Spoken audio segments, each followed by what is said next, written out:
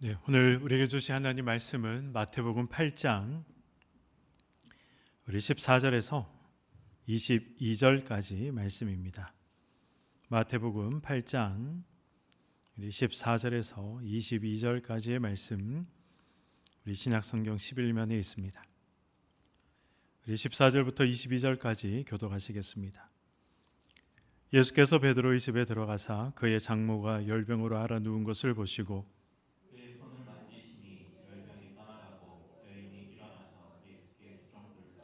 저물매 사람들이 귀신 들린 자를 많이 데리고 예수께 오거늘 예수께서 말씀으로 귀신들을 쫓아내시고 병든 자들을 다 고치시니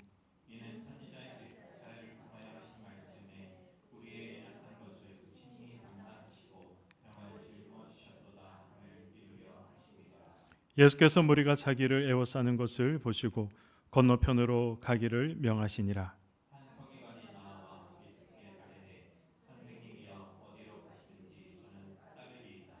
예수께서 이르시되 여우도 굴이 있고 공중의 새도 거처가 있으되 인자는 머리 둘 곳이 없다 하시더라.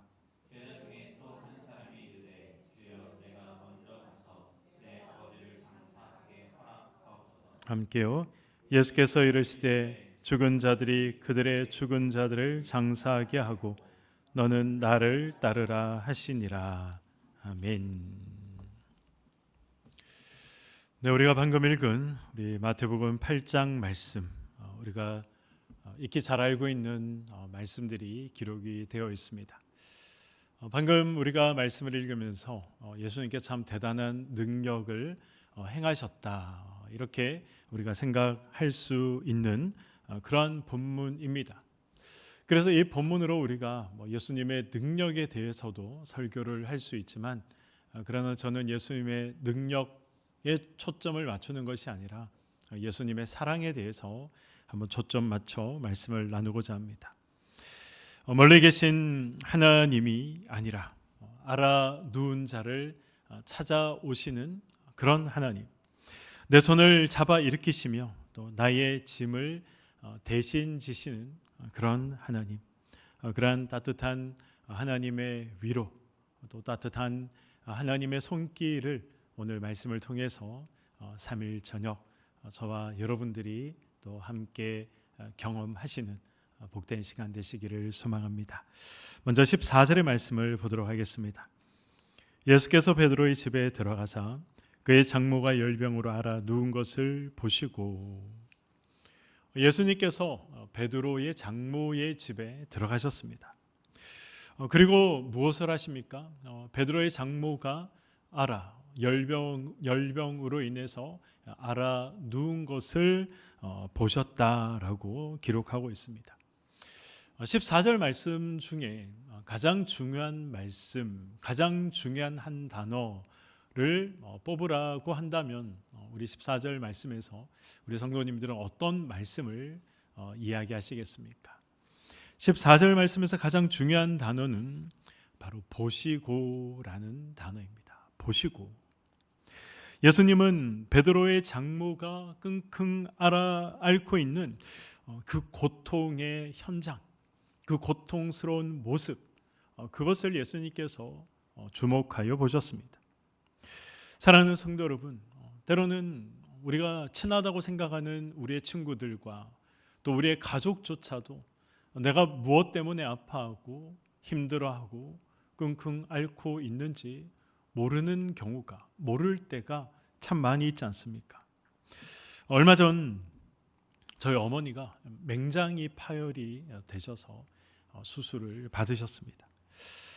맹장이 파열되는 그러한 통증이 있었지만, 또 위급한 상황이 있었지만, 그럼에도 불구하고 함께 사시는 50년을 함께 살고 계시는 저희 아버지도 모르셨습니다.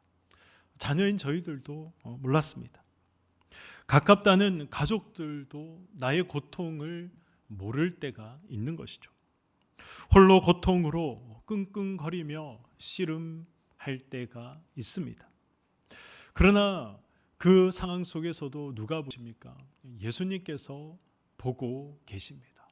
주목하여 보고 계신 것이죠.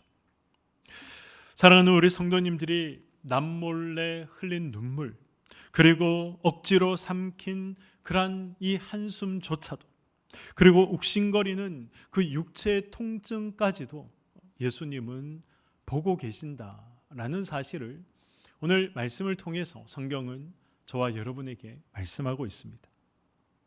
고통 중에 있는 베드로의 장모를 보시고 예수님은 어떻게 하셨습니까? 15절 말씀입니다. 그의 손을 만지시니 열병이 떠나가고 여인이 일어나서 예수께 수종 들더라. 아멘. 예수님께서 어떻게 하십니까? 베드로의 장모의 손을 만지셨다라고 기록하고 있습니다. 베드로의 장모가 지금 앓고 있는, 성경이 기록하고 있는 이 열병, 몸에서 그냥 열이 나는 감기 몸살 정도의 그런 병이 아닙니다. 원문에 이 열병을 어떻게 기록하고 있는가 제가 한번 찾아봤더니 우리말로 해석하면 아주 심각한 열병, 아주 위독한 열병, 그 열병을 앓았다라고 기록되어 있었습니다. 성경학자들은 이 열병이 무엇인가, 성경이 기록하고 있는 아주 심각하고 아주 위급한 이 열병이 무엇인가에 대해서 조사를 해봤더니 가버나움이라는 지역은 어디에 있습니까? 호수 옆에 있었던 마을 아니겠습니까? 호수 옆에 있었기 때문에 그래서 이 모기들이 서식하기에 좋은 그러한 또 환경을 가지고 있었습니다. 그래서 당시 예수님 당시에 이 호수 인근에 있었던 마을들에 어떤 병들이 종종 발생했느냐, 말라리아가 종종 발생을 했다고 합니다. 그래서 이 베드로의 장모가 지금 이 앓고 있는 열병 역시 말라리아가 아니었겠느냐, 그렇게 성경학자들은 이야기를 합니다. 지금은 치료제가 있기 때문에 말라리아를 예방도 할 수 있고 치료도 할 수 있지만, 그러나 예수님 당시에 건장한 남성들도 이 말라리아에 걸리면 이 치사율이 30%가 넘었다고 합니다. 저 건장한 남성들도 열에 3명은 걸리면 죽는 것이죠. 베드로의 장모인 경우에는 어떻습니까? 건장한 남성이 아니죠. 면역력이 약한 노인이었습니다.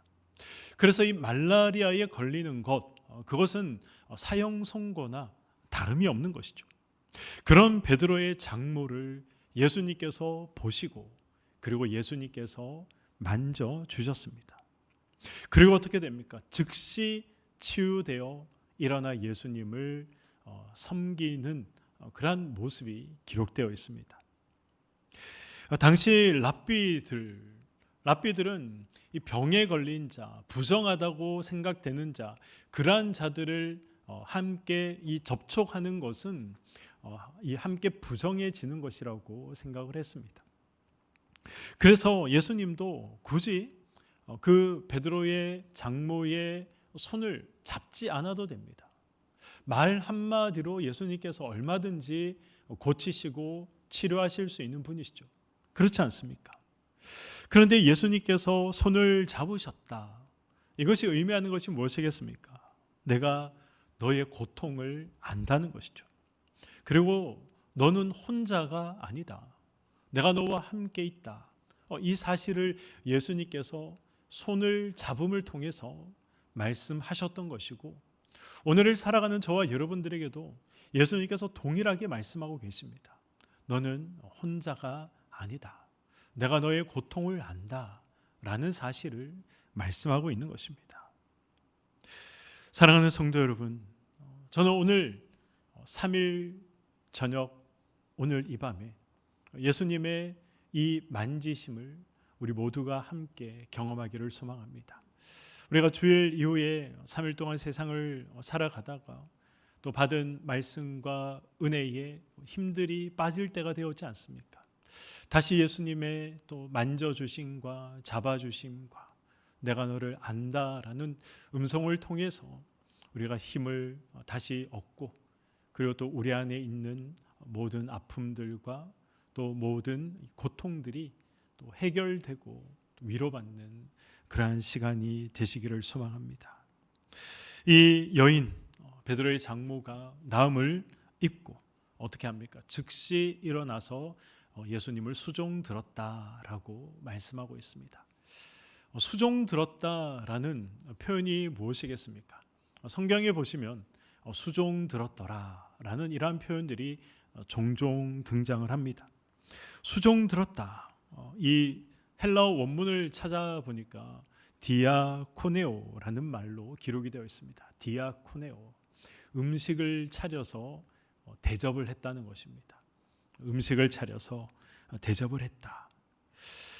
예수님이 손을 대시자 지금 다 죽어가던 여인이 즉시 일어나서 식사를 차려낼 만큼 이 완벽하게 치유되었다. 완벽한 생명을 되찾았다라는 이 사실을 수종 들었더라라는 말씀으로 기록을 하고 있습니다. 우리가 믿는 예수님은 어떤 분이십니까? 우리가 믿는 예수님은 단순히 병을 고치시는 분이 아니시죠. 예수님께서 그저 단순히 병만을 고치시는 분이었다면 예수님께서 손을 대지 않으셨을 것입니다. 그냥 말씀 한마디로 다 고치셨을 것입니다. 그런데 성경을 보시면 예수님께서 굳이 그렇게 하시지 않아도 되지만 손을 대어 말씀하시는 경우가 종종 있습니다. 이러한 사실들이 무엇을 말씀하고 있습니까? 예수님께서 우리의 병만을 고치시는 그러한 분으로 이 땅에 오신 것이 아니라 예수님께서 우리의 마음을 만지시고 우리를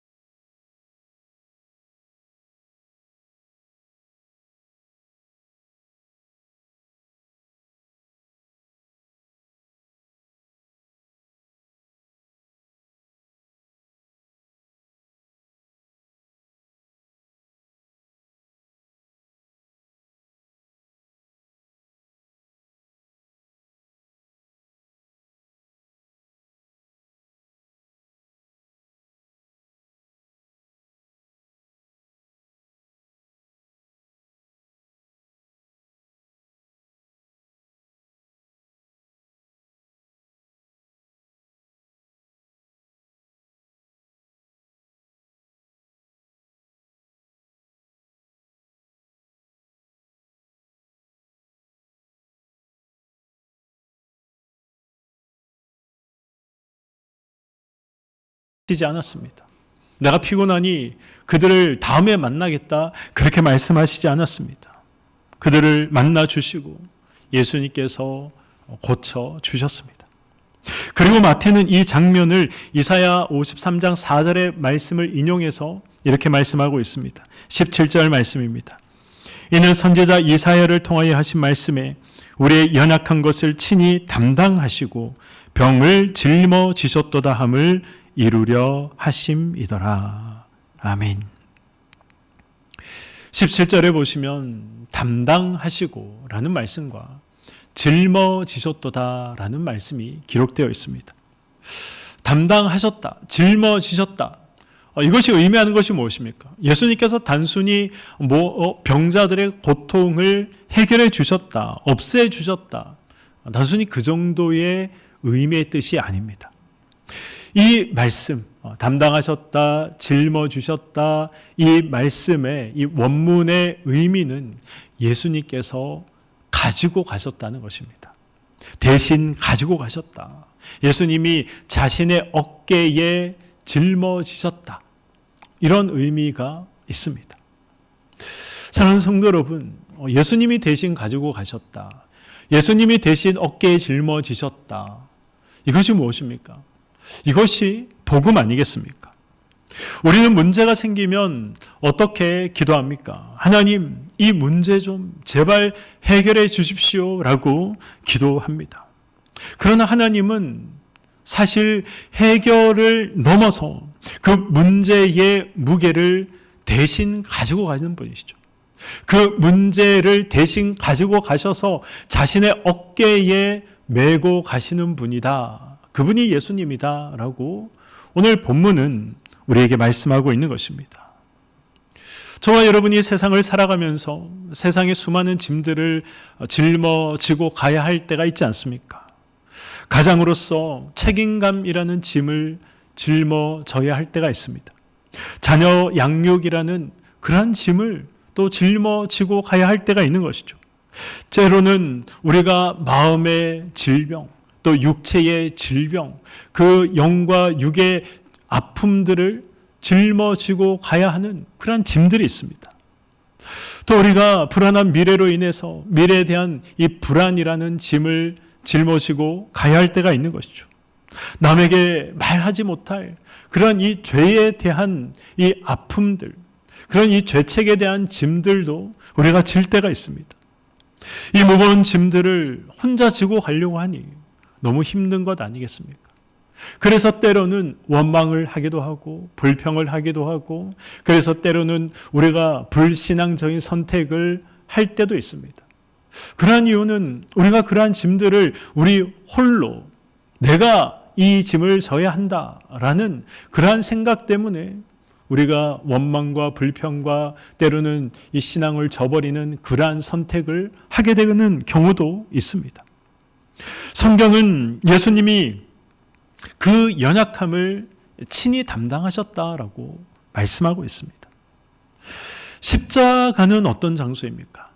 십자가는 저와 여러분들이 지고 있는 모든 짐들이 교환되는 장소입니다. 그렇지 않습니까?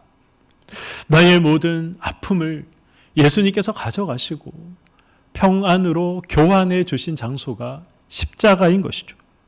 나의 죄짐을 예수님께서 다 가져가시고 그리고 의로움으로 교환해 주신 장소가 바로 십자가인 것입니다. 그 십자가가 저와 여러분들의 마음 가운데 있지 않습니까? 그 십자가가 저와 여러분들에게 있지 않습니까?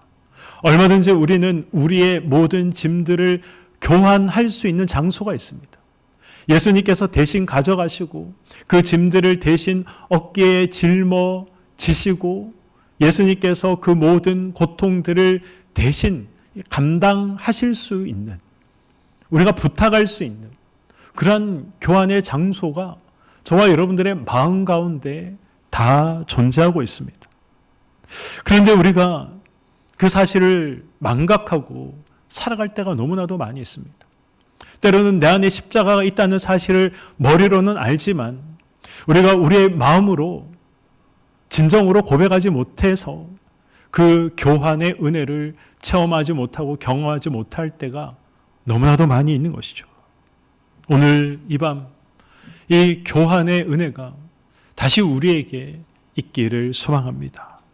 주님, 더 이상 제 힘으로는 감당하지 못하겠습니다. 주님이 맡아주시고 가져가시고 예수님의 어깨 위에 짊어져 주십시오. 그렇게 기도하시기 바랍니다. 우리가 이 사실을 알고 이 사실을 믿음으로 고백하고 기도할 때에 십자가에서의 그 교환의 은혜의 역사가 저와 여러분들의 삶 가운데 일어날 줄 믿습니다. 마지막으로 18절에서 22절 말씀을 보시면 이제 두 사람이 등장하고 있습니다. 누구입니까? 예수님을 따르겠다 마음먹은 서기관 한 사람과 그리고 아버지의 장례를 마치고 돌아와도 되겠느냐라고 묻고 있는 제자 한 사람이 등장합니다.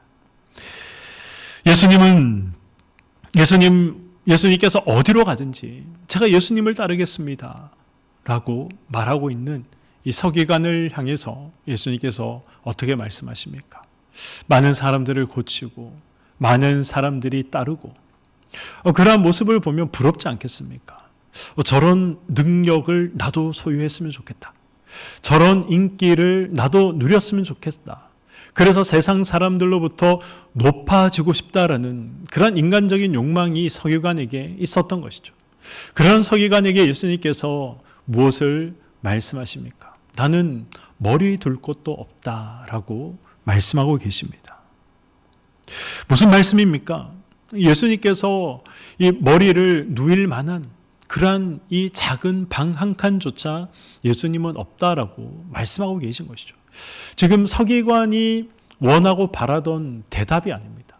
서기관은 예수님을 따르면 능력을 얻고 예수님을 따르면 세상의 인기를 얻고 자연스럽게 능력과 인기를 얻기 때문에 세상에 부도 따라올 것이다라고 생각을 했지만 그러나 예수님의 대답은 나는 나의 머리 누일 곳조차 없다라고 말씀하신 것입니다. 예수님은 아버지를 장사 지내고 오겠다라는 제자를 향해서 죽은 자들로 장사하게 하고 너는 나를 따르라 그렇게 말씀하십니다.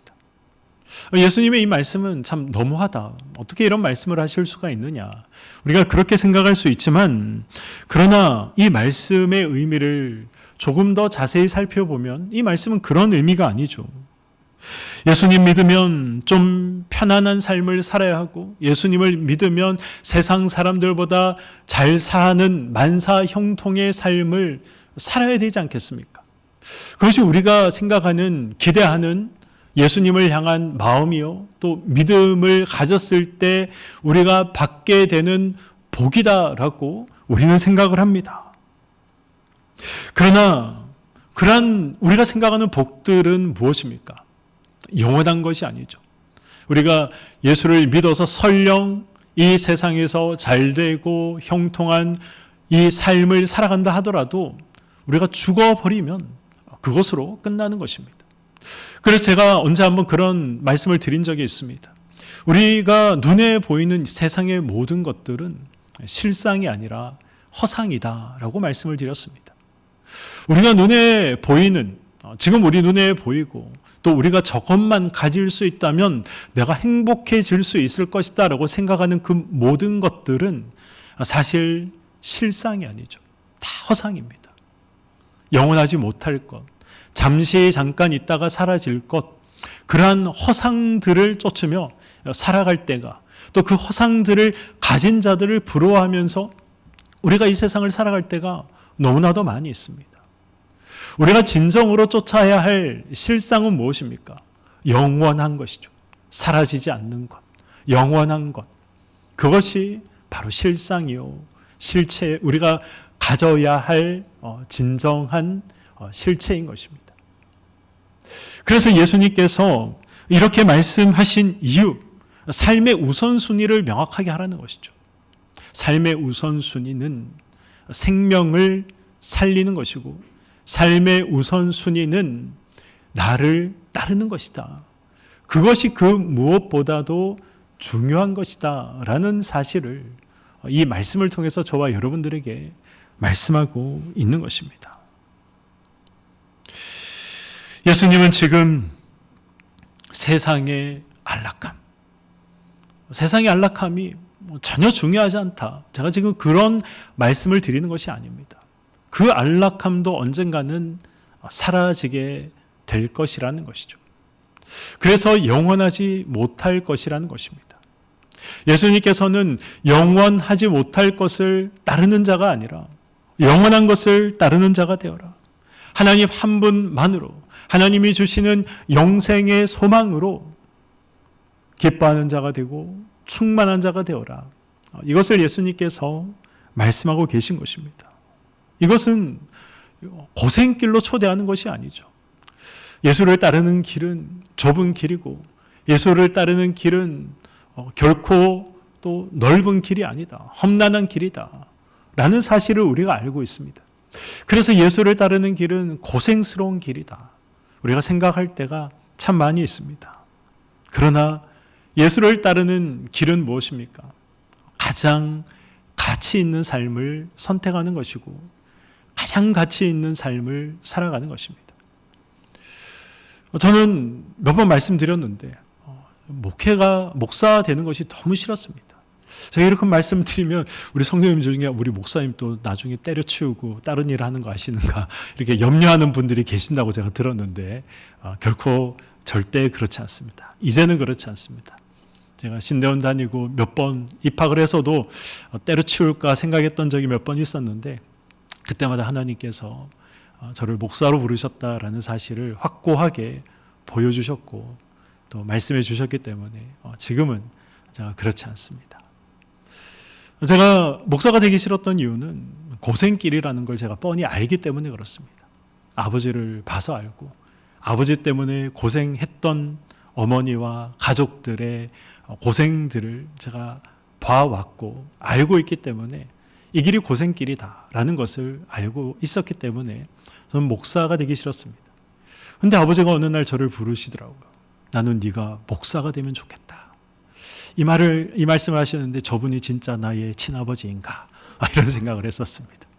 아니 이 고생스러운 길을 나보고 하라고? 아버지 그런 말씀하시더라고요.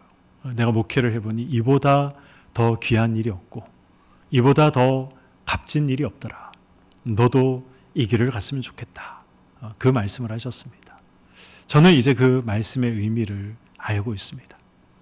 이보다 예수를 위해 사는 이 삶보다 더 값진 삶이 없고 더 값진 길이 없다라는 사실. 그때는 몰랐지만 지금은 알고 있습니다. 우리가 예수를 따르기로 결심하면 때로는 포기해야 될 것도 생깁니다. 세상의 손해를 우리가 또 볼 수도 있습니다. 그리고 사람들의 이해를 받지 못할 경우도 있습니다. 그러나 예수님과 함께 걷는 그 길은 결코 외롭지 않은 것이죠. 이유가 무엇입니까? 예수님께서 우리 짐을 다 가져가시고 예수님 어깨 위에 메고 가시기 때문에 그렇습니다. 우리가 힘들고 어려울 때 그저 보시기만 하는 분이 아니라 그저 말씀만 하시는 분이 아니라 우리의 손을 잡아주시기 때문에 그렇습니다. 그래서 저와 여러분들이 예수 그리스도를 1순위에 두고 살아갈 때 나머지 삶의 문제도 주님께서 가장 좋은 것으로 만들어 가기 위해서 우리의 모든 삶들을 인도해 나가시는 것입니다. 오늘 말씀을 맺도록 하겠습니다. 오늘 본문에 이 예수님을 잘 기억하시기 바랍니다. 예수님은 어떤 분이십니까? 예수님은 찾아오시는 분이죠. 예수님께서 저와 여러분들을 먼저 찾아오셨지 않습니까? 그래서 우리가 이 자리에 있는 것입니다. 열병으로 누워있던 베드로의 장모를 예수님께서 찾아가셨습니다. 그리고 손을 잡아주셨듯이 우리가 아픔 가운데 있을 때, 어려운 가운데 있을 때, 답답한 상황 가운데 있을 때 예수님께서 찾아오셔서 우리의 손을 잡아주십니다. 예수님은 또 어떤 분이십니까? 예수님은 대신 짊어지시는 분이십니다. 저와 여러분의 질병들, 걱정들, 죄의 짐들 혼자 해결하려고 끙끙거리지 마시기 바랍니다. 그 모든 것들을 가지고 가셔서 자신의 어깨에 짊어져 주실 분이 계십니다. 그 예수님께 이 문제 저 문제, 이 아픔 저 아픔, 이런 짐 저런 짐 예수님 다 가지고 가셔서 예수님이 짊어져 주십시오. 기도하시기 바랍니다. 또 예수님은 어떤 분이십니까? 예수님은 참된 길을 보여주시는 분이십니다. 저와 여러분들이 어디로 가야 할지, 어떤 길을 걸어가야 할지 참된 길을 보여주시는 분이시죠. 그 예수님께서 우리에게 나를 가장 우선순위에 두고 나를 위한 길을 걸어가라, 나를 위한 삶을 살아가라 라고 오늘 이 밤에 저와 여러분들에게 말씀하고 계십니다. 남은 3일의 삶, 어쩌면 또 만만치 않은 그러한 일들이 저와 여러분들의 삶 가운데 놓이게 될지 모르겠습니다. 또다시 지치고 힘든 일들이 있을 수 있을지도 모르겠습니다. 그러나 낙심하지 마시기 바랍니다. 우리의 연약함을 아시고 우리의 짐을 대신 져주시는 예수 그리스도가 계신다.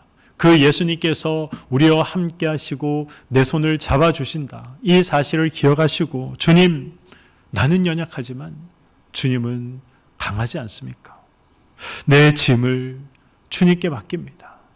주님이 가져가시고 대신 짊어져 주십시오. 이렇게 기도하시면서 나를 찾아오시고 만져주시고 만나주시는 예수 그리스도로 인해서 남은 3일도 믿음으로 또 은혜로 살아내시는 저와 여러분의 삶이 되시기를 주님의 이름으로 간절히 축원드립니다. 아멘.